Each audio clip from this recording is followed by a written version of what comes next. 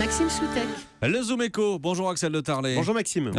Axel, vous revenez sur la disparition de François Michelin hier à 88 ans. François Hollande a salué l'un des plus grands industriels de l'après-guerre. Et de fait, François Michelin est resté à la tête de l'entreprise Michelin pendant 47 ans, presque un demi-siècle. Oui, François Michelin a pris les rênes du groupe créé par son grand-père en 1955. Michelin est alors le 10e fabricant mondial de pneus. Et quand il part en 2002, Michelin est numéro 1 mondial du pneu. Cette réussite, il la doit notamment à l'invention géniale du pneu radial. Alors, je vous rappelle, il s'agit d'un pneu gainé de câbles métalliques, ce qui lui permet de résister 3 fois plus longtemps. C'est d'ailleurs toujours aujourd'hui la référence de base du pneu.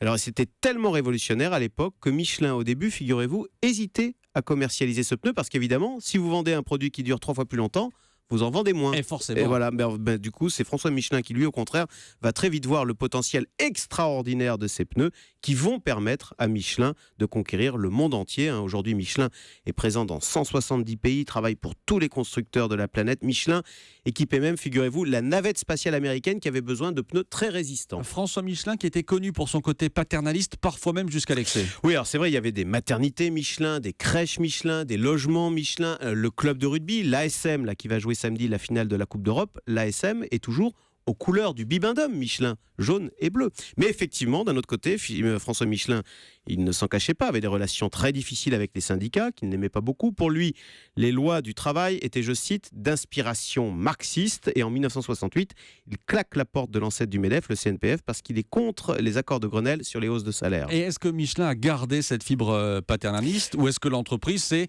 on va dire, normalisée ? Oui, elle s'est un peu normalisée. D'ailleurs, François Michelin, dans une interview récemment, avait déclaré qu'aujourd'hui, Michelin était géré par des traders. Alors bon, c'est exagéré parce que l'entreprise a conservé quand même aujourd'hui cette culture familiale. Le siège, et c'est une exception dans le CAC 40, le siège est à Clermont-Ferrand en Auvergne où travaillent toujours la moitié, plus de la moitié même, des salariés français du groupe. Et c'est important parce que précisément, explique-t-on chez Michelin, cet ancrage auvergnat préserve l'entreprise contre l'influence parfois toxique du monde de la finance. Ça permet de garder les pieds sur terre. Merci beaucoup Axel de Tarlet.